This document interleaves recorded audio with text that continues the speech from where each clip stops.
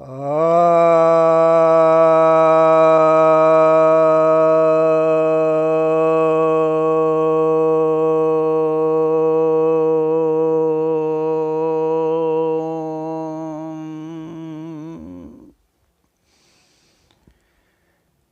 भक्तजनों को सब प्रेम नमन।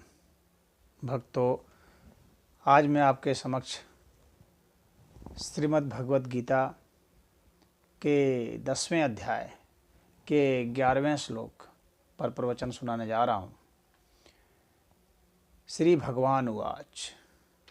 भगवान कहते हैं, तेषामेव अनुकंपार्थम अहम अज्ञानजं तमः नाश्याम्य आत्मभावस्थो ज्ञानदीपेन भास्वता। अर्थात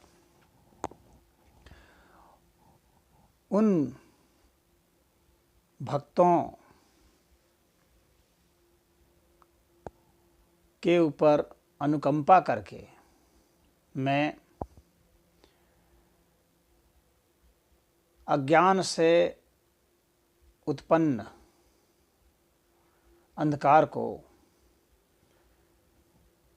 ज्ञान दीपक से उनकी आत्मा में स्थित होकर के उसका नाश करके उन्हें मैं प्रकाशित कर देता हूँ। यहाँ पर भगवान ने भक्तों के ऊपर अपनी अनुकंपा की बात बताई है। असल में जो अनन्य भक्त होते हैं वे तो कुछ मांगते ही नहीं, वे मुक्ति भी नहीं मांगते, तत्वबोध भी नहीं मांगते। इस दुनिया में न ऐश्वर्य मांगते हैं, न कोई पद मांगते हैं, न ही स्वास्थ्य मांगते हैं, न ही लंबी आयु मांगते हैं और न ही कुछ मांगते हैं। वह तो सिर्फ अपनी भक्ति में, प्रेमा भक्ति में, अनन्य भक्ति में लीन रहते हैं, उसी में मस्त रहते हैं। तो इस तरह के निष्काम भक्ति को देख करके न वे मांगते हैं, न वे चाहते हैं, तो भगवान बहुत अनुग्रहित महसूस करते हैं। और इस कारण से ही उनके न मांगने पर और न चाहने पर भी, इच्छा न करने पर भी भगवान उनको स्वरूप का बोध करा देते हैं, तत्व बोध करा देते हैं, उनमें समता ला देते हैं और उनमें अज्ञान रूपी जो अंधकार है उसका नाश कर देते हैं। स्वयं वहाँ दीपक बन करके, प्रकाश रूपी दीपक बन करके स्वयं नाश कर देते हैं। तो वे कहते हैं कि मैं उनकी आत्मा में रहता हूँ, स्थित रहता हूँ और जो कुछ भी अज्ञानता होती है उसे मैं नष्ट कर देता हूँ। यह अनुकंपार्थम वे करते हैं, न कि भक्तों की यह मांग होती है। ये स्वयं अपना अनुग्रह दिखलाते हैं क्योंकि उन्हें स्वयं लगता है कि वे ऋणी हो गए। भगवान स्वयं महसूस करते हैं कि वे ऋणी हो गए। और ये जो है श्रीमद् भागवत में इस पर वो चर्चा है, व्याख्यान है इसका, कि भगवान गोपियों के ऋणी महसूस करते हैं अपने को, क्योंकि वे तो कुछ मांगते ही नहीं थी, वे सिर्फ देती ही देती थी। तो भगवान स्वयं लगता है कि कर्जे में दब गए, भक्तों के कर्जे में दब गए हैं। तो वे सोचते हैं कि कुछ इनको हर समय कुछ किया जाए। तो भगवान स्वयं ही ख्याल रखते हैं, इनके योग क्षेम, इनकी हर आवश्यकता का ख्याल रखते हैं। भक्त को न समता से मतलब है, न ही ज्ञान से मतलब है, न शांति से मतलब है, न ही मुक्ति से मतलब है। मुक्ति में भी जैसे बताया गया था कि 5 तरह की मुक्तियों का वर्णन है श्रीमद् भागवत में। सालोक साष्टि सामीप्य सारूप एकत्वम अप्युत दीयमानम न गृह्णन्ति विना मत सेवनम जनः। भगवान कहते हैं कि ऐसे जो मुक्ति है, सालोक की मुक्ति है, सारिष्ट है, सामिप्य है, सारूप्य है, सायुज्य है। ये 5 प्रकार की जो मुक्तियां हैं, सालोक्य मतलब उनके लोक में रहना, साष्टी मतलब उनके जैसी रचना करना, सामीप्य का मतलब होता है उनके करीब रहना, सारूप मतलब उनके जैसा रूपवान हो जाना, और सायुज्य मतलब उनमें बिल्कुल तदाकार हो जाना। तो इस प्रकार के मुक्ति को भी वे पसंद नहीं करते जो भक्त होते हैं। यानी वे भक्त यह भी नहीं चाहते कि वे भगवान हो जाए। तो इतने मतलब ये परम ऊंचाई होती है। इसीलिए यह जो मुक्ति है सायुज्य मुक्ति, जिसमें कि भक्त स्वयं भगवान हो जाता है, तो भक्त यह भी नहीं चाहता कि वह भगवान हो जाए। वह तो बस यही चाहता है कि उनका सिर्फ निरंतर नाम जप कीर्तन करते रहे बस। और उनके इस भावुकता को और उनके इस अनन्य भाव को कितने लोग नहीं समझते हैं। और कुछ मतलब बड़े जो दार्शनिक लोग होते हैं, बुद्धिमान बुद्धिजीवी लोग होते हैं, वे भी जो है नहीं समझते हैं और उपहास भी करते हैं। इसका एक दृष्टांत भी है कि चैतन्य महाप्रभु वाराणसी में कीर्तन वगैरह करते थे हरे राम हरे कृष्ण का। तो यहाँ पर एक प्रकाशानंद सरस्वती कह करके एक बहुत बड़े दार्शनिक थे उनके समय में, तो वे उनका उपहास उड़ाते थे, लोगों के बीच में कहते थे अरे ये तो ऐसे ही तरह भावुक आदमी है और खुद पागल है, दूसरे को पागल कर रहा है, और ये जो है बुद्धि विवेक को नष्ट कर रहा है। जबकि सच्चाई यह है कि भगवान कहते हैं कि विवेक तो उसी में जागृत होता है जो भक्त होते हैं। और चैतन्य महाप्रभु इसका स्वयं उदाहरण थे। वे इतने उत्कृष्ट दार्शनिक थे। भेदाभेद, अचिंत्य भेदाभेद जो है ये उनका दर्शन है, उनकी फिलॉसफी है।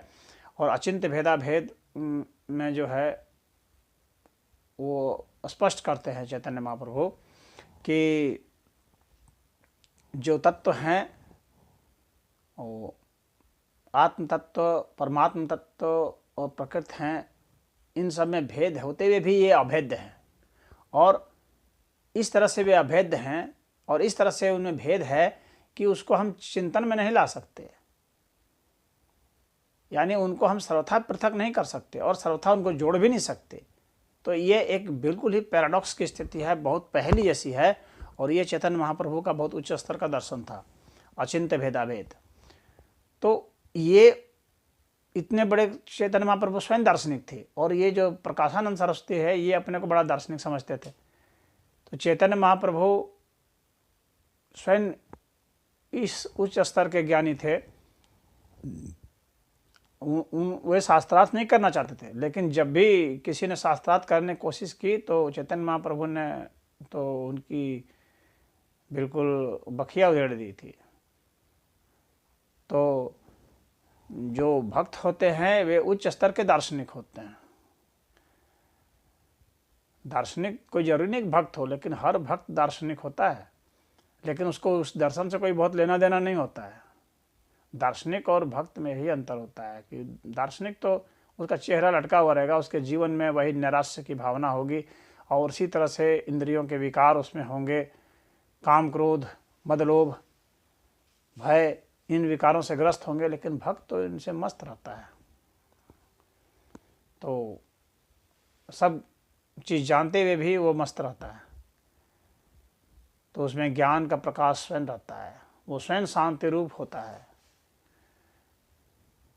तो भक्त को यह नहीं ज़रूरत होती है कि कोई उसे दार्शनिक कहे या कुछ वैचारिक बुद्धिजीवी कहे या बुद्धिधर्मी कहे या इस तरह का। वो तो बस सिर्फ भगवान के भजन में लीन रहता है। लेकिन उनका जो लोग मजाक उड़ाते हैं उन्हें समझ जाना चाहिए कि भक्त जो है उनसे बहुत आगे होते हैं हर दृष्टि से। और उनके भोलेपन का जो है गलत अर्थ नहीं निकालना चाहिए। भगवान यहाँ स्वयं कह रहे हैं कि मैं उनकी आत्मा में स्थित होकर के उनके अज्ञान को दूर कर देता हूँ। और जब स्वयं भगवान अज्ञान को दूर कर देते हैं तो फिर वहाँ और क्या रह जाएगा। और बाकी लोग तो खुद प्रयास करते रहते हैं। तो भगवान को आप बुद्धि धर्म से, मनोधर्म से, इनसे नहीं भगवान को पा सकते, क्योंकि इस क्षुद्र मन में, इस क्षुद्र बुद्धि में उतना विराट नहीं समा सकता। उसके लिए तो स्वयं भगवान अवतरित होते हैं उसके पूरे स्वरूप में, और उसके स्वरूप को अपने इतना बड़ा फैला देते हैं, जिसके कारण ही उसको बोध होता है, अन्यथा बोध नहीं हो सकता। तो वह आत्म प्रकाश और परमात्म प्रकाश सब वहाँ पर उपलब्ध हो जाता है। इसके कारण ही उसे इस अनंत अस्तित्व का बोध होता है, और परमात्मा के अनंत अस्तित्व का बोध हो जाना ही परम लक्ष्य होता है। ऐसे तो मनुष्य में जो अज्ञान यहाँ पर जो कहा गया है कि जो अज्ञान थोड़ा बहुत रहता है इसमें भक्त में, तो भाई करोड़ों करोड़ों जन्म हैं, और उसमें कई कई जन्मों के कई कई संस्कार हैं, तो भौतिक तत्वों से लगातार संबंध रहे हैं, तो उनके संस्कार होते हैं, तो वे जो है वे एक आवरण जैसा बन जाते हैं, जो कि आत्म और परमात्मा के प्रकाश को अवरुद्ध करते हैं। तो बस भगवान उस आवरण को ही एक तरह से छिन्न भिन्न कर देते हैं, हटा देते हैं, और उनका जो है उन आवरणों का जो नाश हो जाने के बाद ज्ञान स्वतः प्रकाशित होता है, शांति आनंद स्वतः प्रकाशित होता है। और भक्तों के आनंद का कहना ही क्या है, उनका तो उत्तरोत्तर लगातार बढ़ता जाता है, आनंद की लगातार वृद्धि होती ही रहती है, और वो कभी घटता नहीं है। तो यह जो है श्लोक यही हमें बता रहा है कि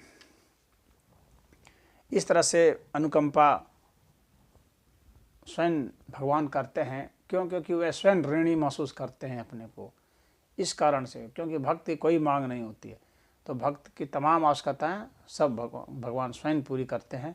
यही इस श्लोक का अर्थ है, और जो मानव जीवन का चरम लक्ष्य होता है उसको स्वयं नारायण पूरे करते हैं। आज इतना ही। ओम हरि।